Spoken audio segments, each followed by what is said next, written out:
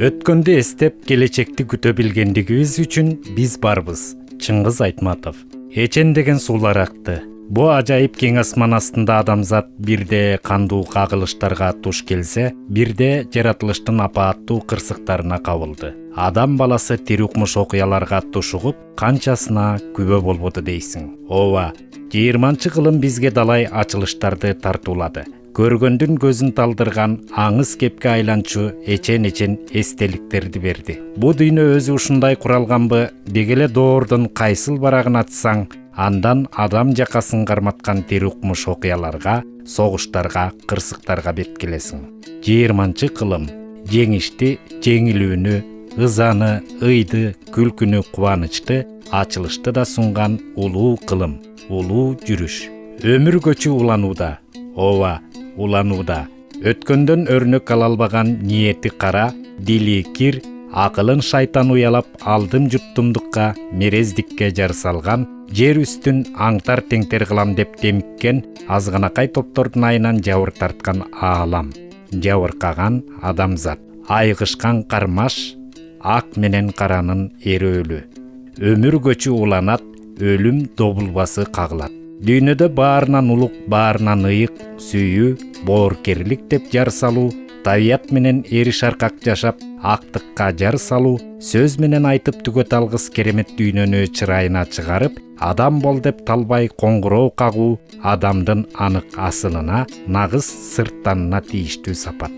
Алакандай айылдан аттанып, жалпы адамзатка кызмат кылган чыгаан эртеби кечпи чыгышы керек эле. Акыры чыкты. Чыкканда да кылым кезген кыргыз ичинен жоголуп жоктолбогон, бирде бурганакта буюгуп, чабыштарда чачылып, анан суулар агып олтуруп, суюлуп барып кайра ирденген, кайрадан канат кагып алыска күүлөгөн, ааламда дал ушундай кыргыз деген эл бар экенин айгинелеген инсан чыкты. Чыңгыз Айтматов. Анын ысымын угушкан жан дүйнөсү бай, китепти кастарлап, адабиятты аздектеген адамдар чыгармасынан канагат алып, өмүрдү сүйүп, улуулукка умтулууга далалат жасашчу.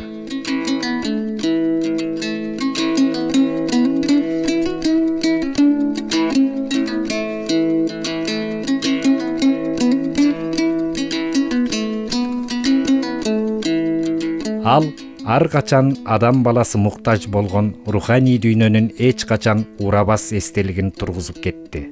Кайсыл гана эл болбосун өзүнүн уңгусуна башпагат. Чыңгыз Айтматов да байыркы бабалары басып өткөн жолго байкоо салып, өтмүшкө көз чаптырган даанышман. Бала чагынан жомок сөзгө, элдик ооз эки чыгармачылыкка баш баккан Айтматов бара-бара дүйнө элинин маданиятына сугарылып, ааламдык алкактан туруп көз салды. Эң ириде өзүңдүн киндик кан тамган жериң тууралуу ойлонгондо, жалпы дүйнө тууралуу акыл калчайсың. Чыңгыз Айтматов. Ар бир сүрөткер башынан эмнени кечирсе, ал чыгармачылыгына өзөк болуп берери түшүнүктүү. Айтматов да турмуштун кээрин тартты. Жетимдиктин запкысы, атага деген кусалык, согуш маалындагы калк башына түшкөн бүлгүн, күн санап айыл аралаган кара кагаз, кайгыга ууккан эл, жонду кескен жокчулук. Согуш жылдарында тылдагы элдин күжүрмөн эмгеги, эртеңкиге болгон ишеним, зор үмүт болочоктогу жазуучуга дем күч берип, бийиктикке талпынды. Өмүрдүн чыныгы баркы ишенимде, бактысы да ишенимде. Чыңгыз Айтматов.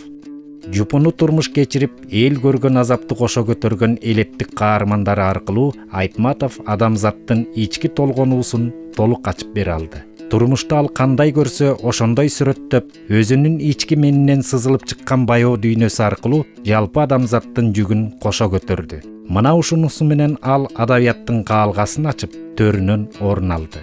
Ал жараткан дүйнө аркылуу жер шарындагы бардык адамдар тунуктукка, ыйыктыкка умтулат. Это обязательная,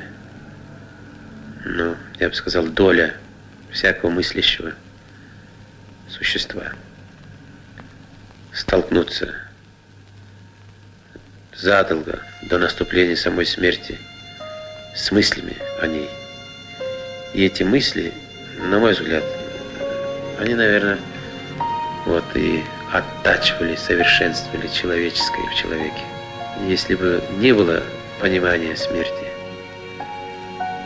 то не было бы, наверное, и понимания сути жизни.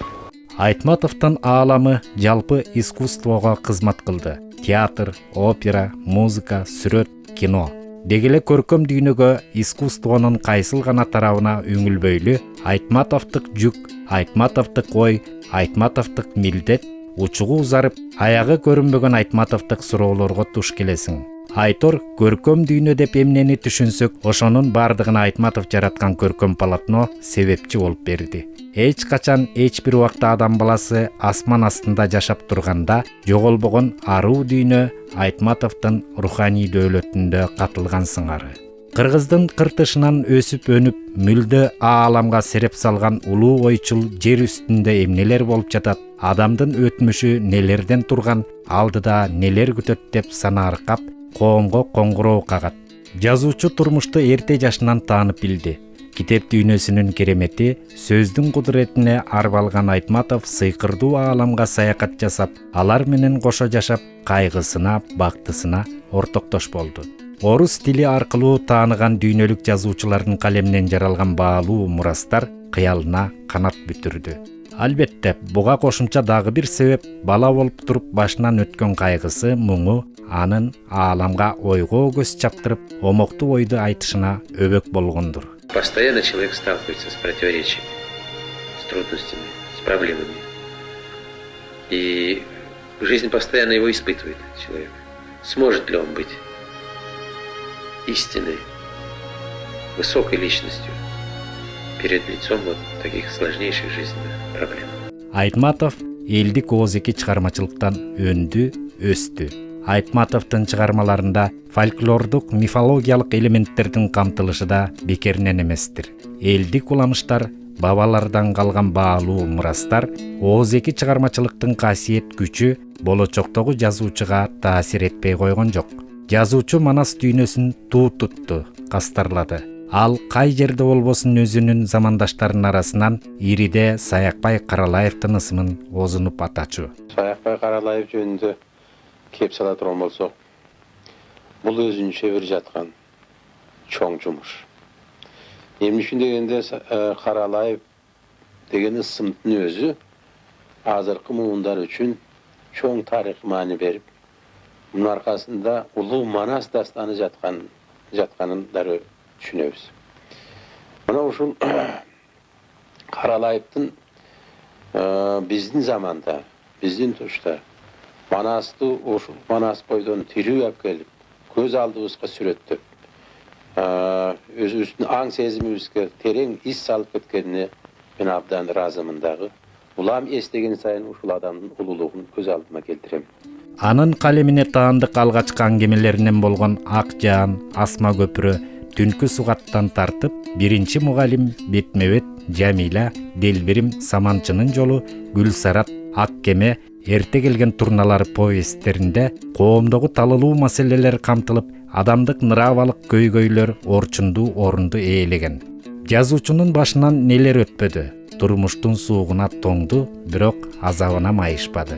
Кыйынчылык кийинде эле Айтматовду кыйгап өткөн жок, талай ирет бет келди. Жеке чыгармачылыгында жеңиштерге жеткен жазуучу айланасында ага карата бут тосмой, ич тардыктарга кездешкенде кебелбей өтүп, токтоолукту, сабырдуулукту карманды.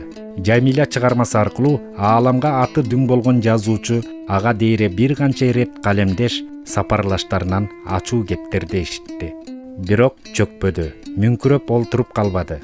Калемин чыңап чыйралды.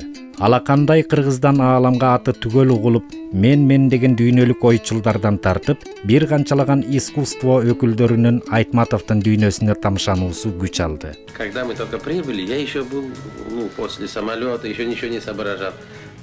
Оказывается, у нас с тобой абсолютно похожие чемоданы. Когда мне сказали, который из ваших чемоданов, я указал на один из какой-то чемодан, который я считал своим. И они мне вдруг приносят его в номер. Я поднял этот чемодан. Ну, тяжелый просто невозможно. Я думаю, что там камни, что ли, вообще лежат в этом чемодане. А я открыл, значит, чемодан, мне надо было переодеться. Рубашку свежую одеть. Вдруг смотрю, в дворе, да, В чемодане коньяки лежат, дагестанский коньяк. Я сразу захлопнул крышку, я догадался, что... Чего ты боялся? Я не боялся, я догадался, что это твой чемодан. А почему ты так решил, что Да? это мой? Потому что кроме тебя никто столько коньяка не возит. Биздин бактыбыз ушундатыр. Эми кылымга аты дүң болгон, ааламдык алкакта ой чарпып, адам болууга чакырган ойчул, даанышман, чыгаан жазуучу Кыргыздан качан жаралар экен?